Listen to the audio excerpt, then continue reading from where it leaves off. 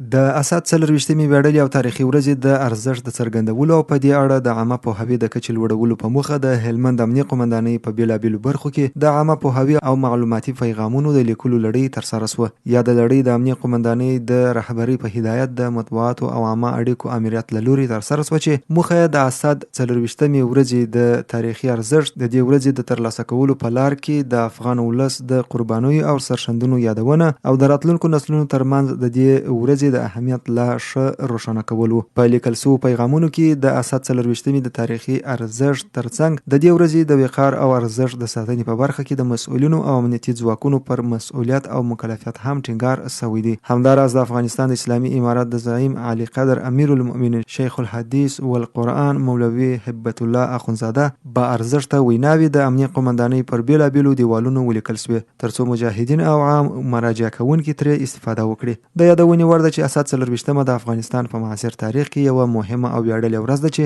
د بهرنیو ځواکونو له وتلو او د اسلامي امارت د بیا حاکمیت له 5مې کلیزې سره سمون خوري او هر کال په هیواد کې په بیلابیلو مراسمو لمانځل کیږي.